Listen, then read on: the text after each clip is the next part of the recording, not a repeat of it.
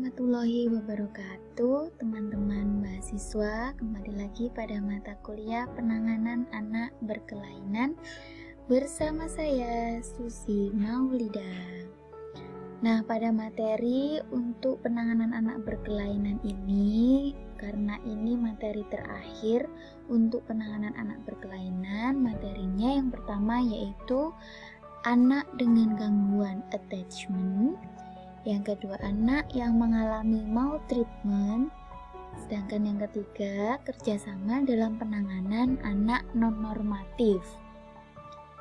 Pembahasan yang pertama, kita akan belajar tentang anak dengan gangguan attachment, yaitu masalah keterikatan emosional yang membuat seseorang, yaitu anak, sulit akrab dengan orang lain. Nah, ketika orang dewasa menanggapi tangisan bayi dengan cepat, baik dengan menyuapi atau menggendongnya, maka bayi akan belajar mempercayai orang tersebut. Nah, hal ini dapat membentuk ikatan emosional yang baik antara anak dengan orang lain. Jadi, kenapa anak mengalami gangguan attachment itu dikarenakan kurangnya rasa percaya kepada orang dewasa. Nah, kenapa kok kurangnya rasa percaya anak kepada orang dewasa, entah itu orang tua ataupun pengasuhnya, itu karena sering terjadi perubahan-perubahan pola asuh dan sering terjadinya perbedaan pengasuh atau perbedaan ketika masa perkembangan anak waktu bayi. Misalnya, anak terkadang sering diasuh oleh neneknya, tapi kemudian hari anak tersebut tidak diasuh oleh neneknya, tapi diserahkan kepada pengasuh. Nah, peran ibu bagaimana? Ibu juga memberikan peran dalam pengasuhan, namun intensitasnya lebih sering ketika dengan pengasuh ataupun dengan neneknya. Nah, ini menyebabkan si anak tidak adanya keterkaitan emosional khususnya dengan ibunya, sehingga dia merasa kurangnya kepercayaan kepada si ibu. Nah, kenapa kok saya diasuh oleh kadang ibu, kadang pengasuh, kadang nenek? Nah, itu timbul beberapa pertanyaan sehingga kurangnya ikatan emosional yang baik antara anak dengan orang dewasa. Selanjutnya, apa penyebab gangguan anak yang attachment? Yang pertama yaitu sering diabaikan atau tidak diperhatikan sejak kecil. Jadi, karena sering terabaikan, misalnya di awal tadi, ketika waktu kecil dia mungkin merasa nangis dan butuh bantuan orang dewasa untuk menyelesaikannya, tapi orang dewasa tersebut kurang tanggap dengan cepat untuk mengatasi tersebut atau merespon anak, sehingga dia merasa terabaikan atau dia menganggap bahwa orang lain, orang dewasa itu mengabaikan dirinya. Kemudian yang kedua, pernah mengalami perlakuan atau tidak menyenangkan di tempat perawatan, contohnya panti asuhan. Nah, karena kurangnya merasa perhatian, itu juga menimbulkan kalau dia pernah mengalami sesuatu yang tidak menyenangkan waktu mungkin dia berada di TPA atau tempat pengasuhan anak. Misalnya kalau si orang tua menitipkan anaknya kepada TPA. Nah, karena perlakuan di keluarga antara orang tua dan anak itu pasti berbeda apabila perlakuannya dari pengasuh ke anak waktu di TPA. Nah, mungkin waktu di TPA itu ada kejadian yang kurang menyenangkan dan menimbulkan, mungkin orang tuaku sudah tidak sayang sama aku sehingga aku dititipkan di sini. Nah, itu mungkin timbul beberapa pertanyaan yang mengganggu dirinya sehingga yang membuat dia merasa terabaikan.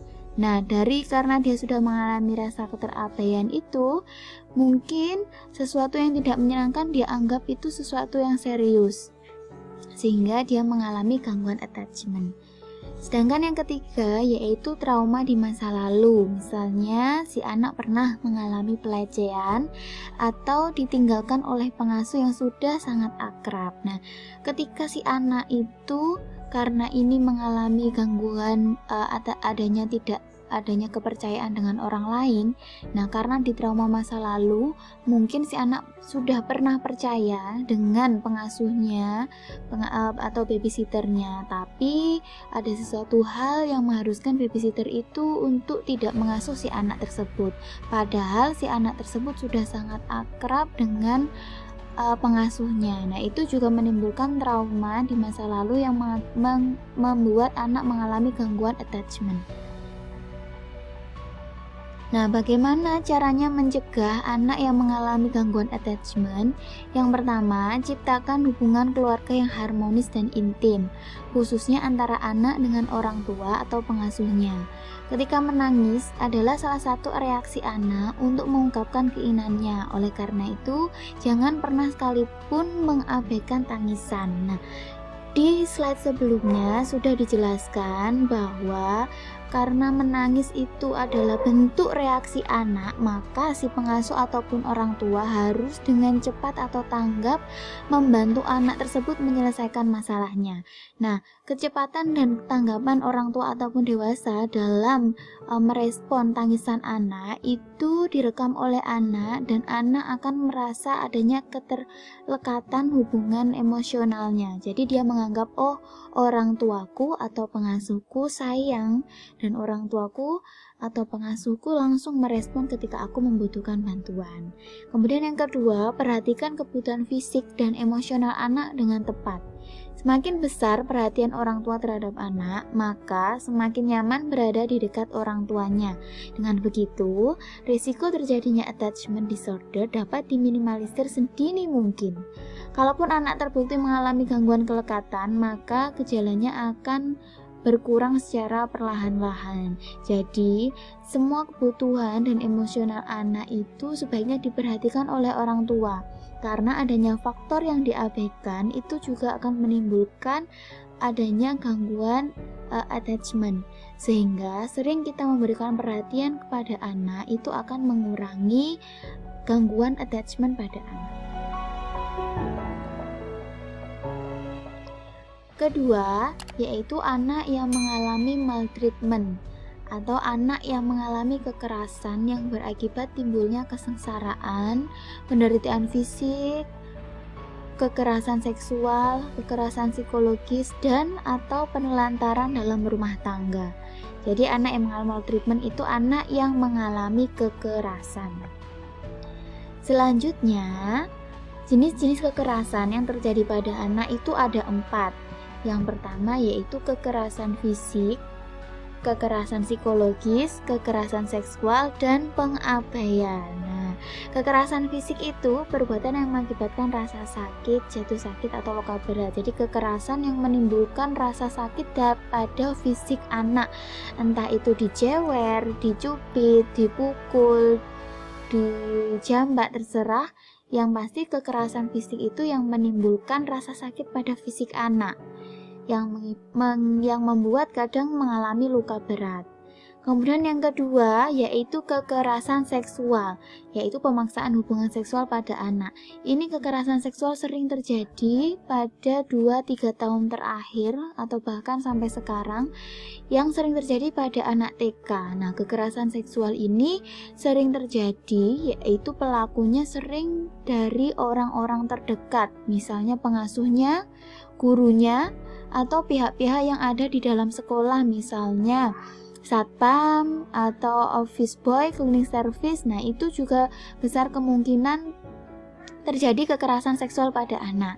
Maka peran orang tua ketika kekerasan seksual itu untuk diminimalisir dengan cara misalnya dari hal sederhana kita mengajari anak tentang toilet training. Nah, karena ini bisa terjadi karena si pelakunya sendiri atau karena kejadian yang membuat si pelaku itu untuk melakukan kekerasan seksual pada anak.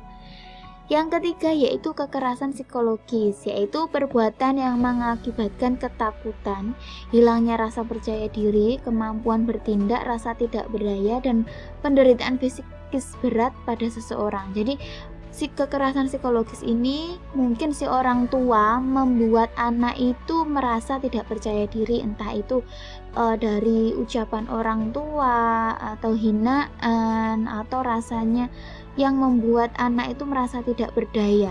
Jadi menimbulkan psikologis atau gangguan kejiwaan pada anak tersebut sehingga menimbulkan trauma atau psikis berat pada si anak.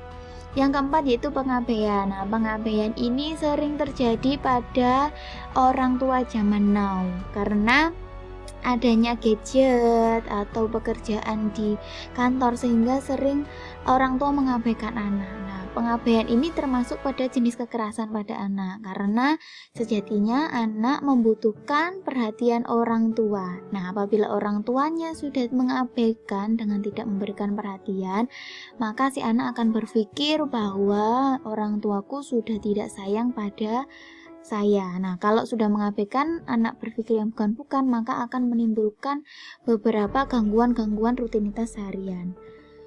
Selanjutnya, yaitu tanda-tanda kekerasan fisik itu sudah jelas ya, yaitu cedera yang tidak diketahui asalnya, kemudian masalah medis atau dental yang tidak diketahui penyebabnya. Kekerasan fisik ini timbul apabila adanya luka-luka yang terjadi pada anak yang itu membahayakan fisik anak. Selanjutnya, kekerasan seksual biasanya tanda-tandanya yang pertama memiliki perilaku seksual yang tidak semestinya atau bahkan muncul kehamilan atau penyakit menular seksual. Ketiga, memiliki masalah pada organ intim, nyeri atau kesulitan berjalan atau duduk. Yang keempat, terdapat darah pada bagian dalam. Nah, ini luka-luka yang terjadi dalam gangguan seksual si anak tersebut yang perlu perhatian orang tua bahwa mungkin saja telah terjadi kekerasan seksual pada anak. Kemudian kekerasan psikologis itu adanya perbedaan rasa psikologis atau emosional anak, sehingga yang pertama tanda-tandanya mungkin kehilangan percaya diri, depresi, sakit kepala atau sakit perut yang tiba-tiba, menarik diri dari aktivitas sosial, kemudian membutuhkan kasih sayang berlebih, terlambatnya atau terganggunya perkembangan emosional, sering bolos, menghindari situasi tertentu, dan kehilangan keterampilan. Nah, ini terkait dengan sosial emosional anak yang tiba-tiba terganggu. Itu bisa jadi perlu kita telisik apakah pernah terjadi kekerasan psikologis pada anak atau seorang tua pernah melakukan sikap yang membuat anak merasa jiwanya terganggu.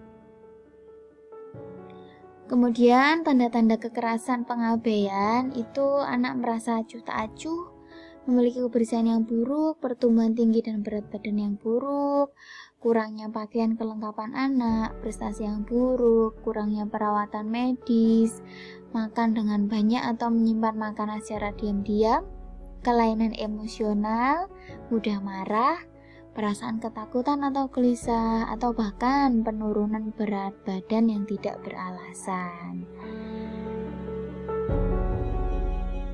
Nah, penanganannya kekerasan pada anak itu sudah ada lembaga-lembaga yang ada di Indonesia, yaitu Kementerian Pemberdayaan Perempuan dan Perlindungan Anak. Ini juga melindungi dan adanya aturan-aturan terkait dengan penanganan kekerasan pada anak.